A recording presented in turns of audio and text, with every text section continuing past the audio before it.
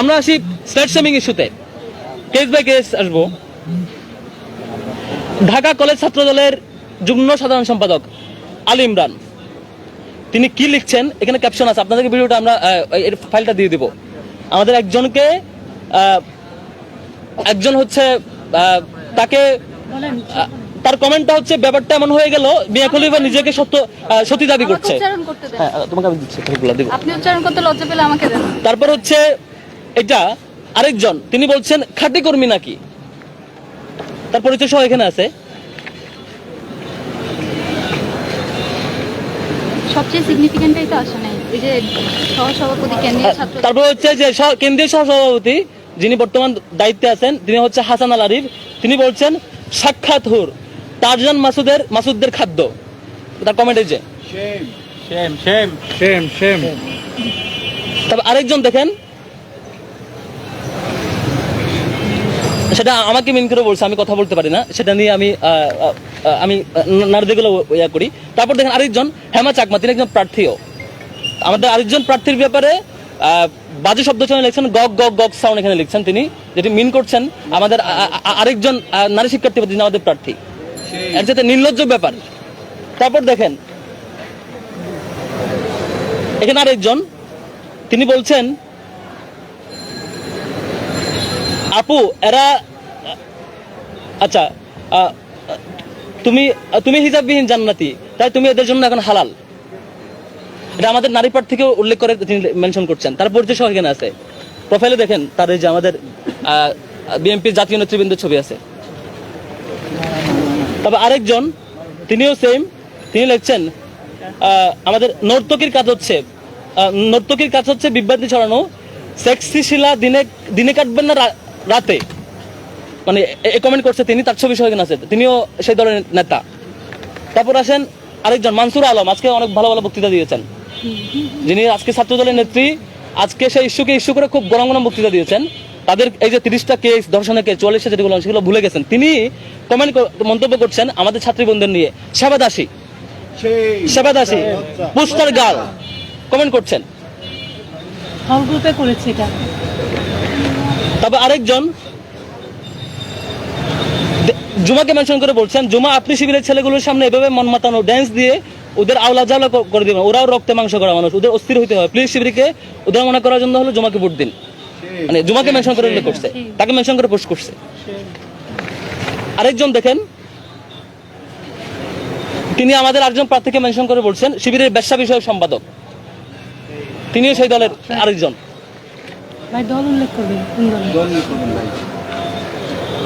তবে আরেকজন দেখেন তিনি লিখছেন গুপ্ত শিবিরের খাদ্য এগুলো।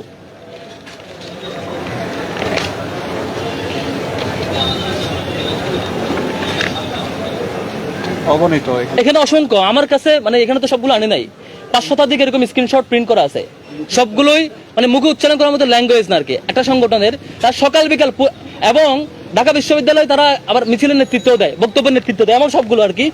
এই যে এখানে আরেকজন, মানে এই শব্দগুলো আসলে উচ্চারণ করার মতো না আর কি।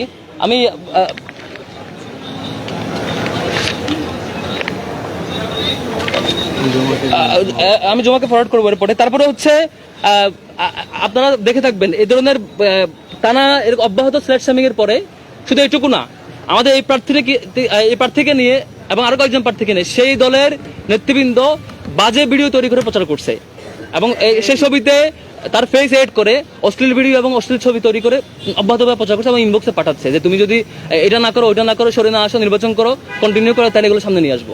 মানে আজগবে ভিডিও এডিট করে এই ধরনের মানে হুমকি দেওয়া হচ্ছে তাকে, এগুলো অব্যাহতভাবে চলছে। তারপরে হচ্ছে হ্যাঁ, এবং গতকালকে স্থানীয় বিএনপি নেতৃবৃন্দ আমাদের সেই প্রার্থীর মা বাবাকে হুমকি দিয়ে আসছে। এটা খুবই দুঃখজনক, খুবই দুঃখজনক। আমাদের প্রার্থী যখন বলেছে যে আপনাদের যারা যা যা করছে স্লেট শেমিং এবং ইনবক্স সেগুলো সামনে নিয়ে আসবে, তারপর তার বাড়িতে গিয়ে হুমকি দিয়ে আসা হয়েছে যে তোমার মেয়ে কেন ছাত্র দলের বিরুদ্ধে বলে, যাতে কোনোভাবে ছাত্র দলের বিরুদ্ধে না বলে, বললে সরকারি চাকরি হবে না সামনে, তোমরা কেউ থাকতে পারবে না, এই ধরনের হুমকি দিয়ে আসছে বাড়িতে গিয়ে। তো এই যে একটা অবস্থা, আরেকটা উদাহরণ আপনাকে, আপনারা সাংবাদিকরা সামনে নিউজ প্রচার করতে পারেন না, কারণ আপনারা প্রচার করে আপনাদের চাকরি চলে যায়। এই যে যুগান্তরে যে যার কথা বললাম, যুবদলের এই যে পাথর দিয়ে হত্যা করার ওই চাঁদাবাজি ইস্যুতে পাথর মেরে যাকে হত্যা করছে, সে ঘটনা যখন 2 দিন পরে সামনে আসছে, যুগান্তরের রিপোর্ট যখন আমাদের চোখের সামনে আসছে, যুবদল কর্মীর নেতার তথ্য যখন আসছে, তখন তার চাকরি চলে গেছে।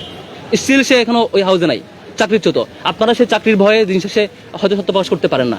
আমি মানে ক্লান্ত, খুবই মানে এই এই এই- এই কারণ মানে এই বিষয়ে এত বিরক্ত আমরা যে হচ্ছে আমাদের প্রত্যেকটা বোনকে অব্যাহতভাবে স্লেট শেমিং করে। আর একটা সংগঠন সকাল বিকাল নারীদের সম্মানহানিতে, আমাদের 2002 সালে ঢাকা বিশ্ববিদ্যালয় হল করতে কারা হামলা করেছিল, এটা তো এই বিষয়ে তারা অন্য সুশীল যারা কালকে বড় বড় শিক্ষকরা এসে মানে বিভিন্ন ইস্যু ক্রিয়েট করছেন, ফেসবুকে পোস্ট করছেন, আর আরো বিভিন্ন রিয়েকশন দেখিয়েছেন। হলে ঢুকে শিক্ষার্থীদের সম্মানহানি করার মতো ঘটনাগুলো তারা এগুলো নিয়ে কথাও বলে না। তারা এগুলো ছাত্রদল করেছে, ঢাকা বিশ্ববিদ্যালয় করেছে। সিলেক্টিভ জাস্টিস, এই যে অব্যাহতভাবে সিলেক্টিভ ইস্যু, এবং যে ইস্যুটা কোনোভাবে শিবিরের সাথে আর কোনো বিষয় না পেয়ে, যেটা কোনোভাবে কানেক্টেড, অথচ তার প্রোফাইল চেক করে দেখেন ছাত্রদলের সাথে হতো পোস্টার, অসংখ্য পোস্ট ছাত্রদলকে অ্যাপ্রিশিয়েট করে তার প্রোগ্রামে হচ্ছে। একটা ছেলে মানে এরকম একটা ছেলেকে নিয়ে শেষ পর্যন্ত শিবির বানায় তাকে ছেড়ে কোনো রকম তার সাথে প্রোগ্রামও করছে। রাজনৈতিক দলীয়ত্ব কোন লেভেলে গেলে শেষ পর্যন্ত তারা মানে ডাকসু নির্বাচনকে ভয় পেয়ে তারা মনে করছে এভাবে মনে হয় ভোট পাবে। তারা মানে যে এজেন্ডা, তাদের এজেন্ডাই না, এটা এজেন্ডা হওয়ার মতো ইস্যু না, সেটাকে এজেন্ডা মানে সারা দেশে মিছিল করে। আবার সেই মিছিলের স্লোগান দেয় একটা শিবির ধরে ধরে জবাই কর, সেই ভিডিও আবার পেজে আপলোড দেয়। এ হচ্ছে আমাদের বর্তমান 24 পরবর্তী নতুন বাংলাদেশ গড়বার যে শপথ আমরা নিয়েছিলাম, সেটি বর্তমান অবস্থা।